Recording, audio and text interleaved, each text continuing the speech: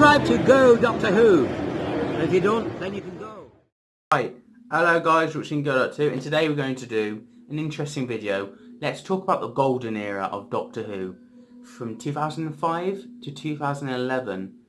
And why do I think it stops at 2011? You're just going to have to find out, so let's get into it. 2005 to 2011 was the golden era for Doctor Who. For me personally, how I feel with the show. Where it's at now in 2020, the fandom's a bit toxic. Everyone's ripping on each other. Oh, you don't like that episode? Meh, meh, meh, meh, meh. You know, it's a bit too much. And that's the point with the show at the moment. Everyone's against each other. There's no Avengers Assemble moment where all the fandom come together that much. And I say that much because lockdown has certainly shown the best of fans with Doctor Who, because they've come together to do that incredible song for Rings of Akhaten, and then they also did other variants across YouTube, across other medias and all sorts like that. However, there is a high percentage of people that are negative to Doctor Who, and it's what puts it down. And also, not only that, I am not stupid, the fandom has got smaller over the past few years. Maybe that's down to writing in a way, but I would never say it's down to the actors, because you can definitely see they're trying to work with what they've got, you know? So, that's the negative side, that's where we're at the moment. But there was a time long ago, before all this started, 2005 to 2011. Let's get into it. So, 2005 was obviously the bumper, the biggest moment for Doctor Who. It kicked back up into the 21st century. And we've got Christopher Eccleston, Billie Piper, Captain Jack, and Mickey. Mickey. And we got them all, and we had brilliant casting throughout. They're all fantastic actors, brilliant. And we had a brilliant look of a new TARDIS, a new era, a new start. And the mystery was there. Doctor Who works with mystery. Now, it's Who in the title. The mystery, you know? And that's what Series 1 certainly gave us, a mystery. The Time War, we didn't know much about that. We want to know where the Doctor's been, why he's feeling like he is. We want to know more about the Companion, and we want to know Bad Wolf, the plot arcs, brilliantly and twisting around, you know? So yes, I think they brilliantly kicked it off, and it got fans talking, and that's what you want. You want fandom to talk. This is the golden era of Doctor Who, because fans were on the point of talking constantly, and it kind of worked to Doctor Who's advantage, not having it fully invested in social media like internet, YouTube, anything you can talk about. I'm pretty sure there weren't a lot of people talking about it online, but certainly talking about it the next day to their friends, and not getting too much of other people's opinions in your head to change your opinion, if you get what I mean. And that's why I think a lot of fans kept on talking, a lot of fans enjoy this, and the writing was on peak and performance as per usual with Russell T Davies's era.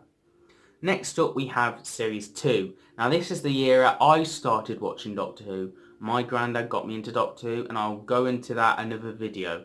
But for now, I joined in this journey, and I could certainly feel the hype. My friends were talking about Doctor Who.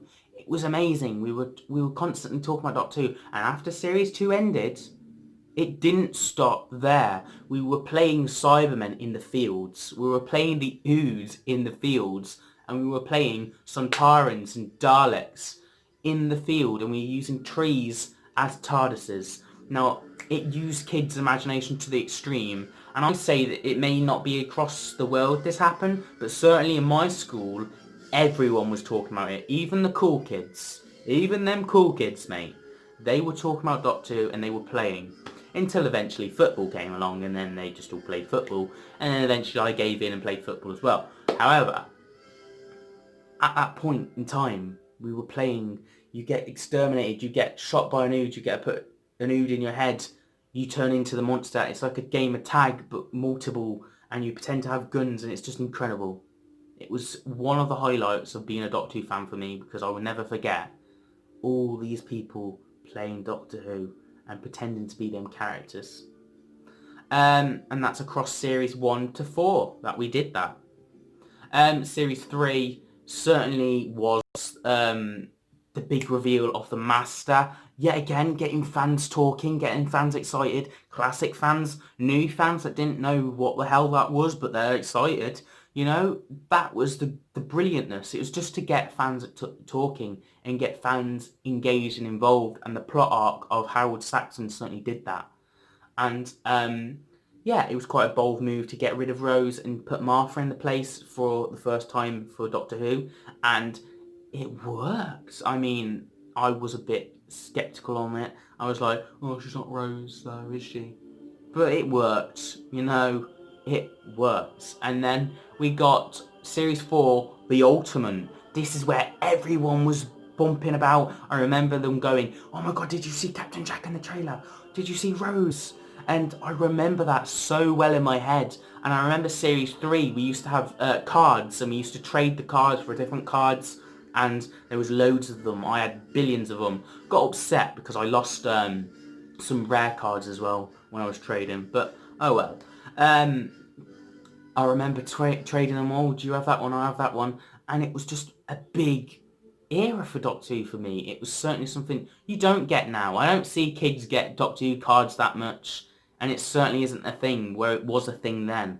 And they tried to do it in the Matt Smith era. They changed the cards for something else and glittery, and it was just a mess, and it didn't look. But in the Russell Davies, the cards were just basic, they were easy, they were simple, but they were effective, and they certainly got people hyped to talk about Doctor Who even more.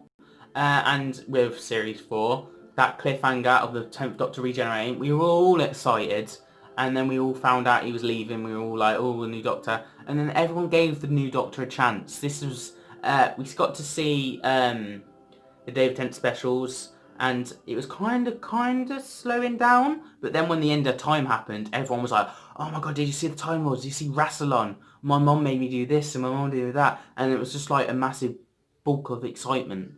And then we had on to Series 5. Series 5 was where it dipped, but it was still hyped. So we got excited for the new Matt Smith. Everyone was talking about that for a while. But certainly by the end of Series 5, it suddenly went quiet. And people started to go to football and playing games and sort of went like that. It went quiet. And that, my friend, is when the era, for me personally, ended of the golden era of Doctor Who was by the Pandorica Opens. At the Big Bang, I did not hear one thing from Series 6 onwards. And then I would get ripped on for being a Doctor Who fan in secondary school of the 7th Doctor. I didn't get bullied, but I was like, oh, if I brought up Doctor Who, I knew I was going to get some slack, you know? So if I was looking at something and then they went, oh, that's, I'm not going to say it, but they're just basically ripping on you for liking that show. And then all of a sudden later on in 2013, suddenly all of them came back to watch the 50th just because David Tennant was back, and everyone was like, ah.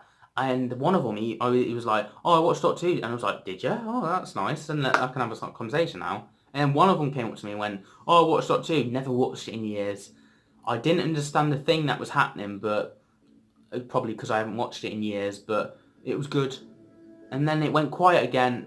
And then I managed to get two different people who were pretty cool in the pecking order, you could say, of people at school getting to watch Doctor Who. And then he was like, oh, I really enjoyed it. It was the caretaker for the 12th Doctor, and it was some other episodes. The Heist, I think it was. And they enjoyed it, but then they didn't bother, and it went quiet again. And then, this gave me my opinions on what happened now in life. Then we went to sixth form, and I met one person who really liked it. He was Irish, he liked Doctor Who, and we talked about that. Then we got some other person, and this other person was going, ooh, Doctor Who, what a stupid title. And then we were like, it's pretty good, you should watch it. And he was hooked. He watched Series 1 all the way up to the latest series, Series 10, and he was hooked. So, And then I do believe he has stopped not watching now. But yeah, it was funny that he was ripping on us, and then he binge-watched them all. He binge-watched the whole of Doctor Who in like 2 months, and he was just like, oh, I know everything now, and like this, and it was just funny. And then I met another friend who likes Doctor Who, but he doesn't watch it occasionally. And then I also met another friend who watches it, and we talk today talking about Doctor Who. So yeah, that's pretty much it. It's Doctor Who's dying out, the fandom, with talking. It needs people to talk and get kicked off. Certainly it kicked off with the female Doctor, but then it went completely bad because everyone was like, oh, Series 11 was this. So now they prejudge Series 11 and put it onto Series 12. Series 12 was a good series, but people prejudge and people won't come back for that. I managed to get my friend, she was watching Doctor Who, and I managed to get her to persuade her to watch Series 12. She didn't enjoy it. I managed to persuade her again, and I was like, oh, Captain Jack's in this one. Captain Jack episode was her last episode she watched for Doctor Who, and she won't be watching it again. She said to me to let her know when there's a multi-Doctor story or when they change the Doctor, because then she'll start watching again. That's how bad it's got with the fans lately. And it is toxic in a way, and recently I'm seeing on Twitter, oh, Big Finish are stopping their ongoing line of Big Finish stuff. Like, they're still producing Big Finish, they're just stopping something that they've been doing for years, and people are ripping on them for it. You're ripping on the fandom, now you're ripping anything to do with the show, and it's just toxic, you know? Think back to Series 5 to Series 11. The show was on point, the writing was on point, the acting was on point, and I'm going to keep saying on point because it was top tier, and it was such a time to be a Doctor Who fan, and that was my idea of this video today. 2005 to 2011 was my era of the show, in the golden era. What was yours? Was there a golden era for you? And was it completely different to my experience? Or did you have the same experience? Or are you a classic fan and you can tell me about the Tom Baker, because I know they were pretty decent. And yeah, just let me know.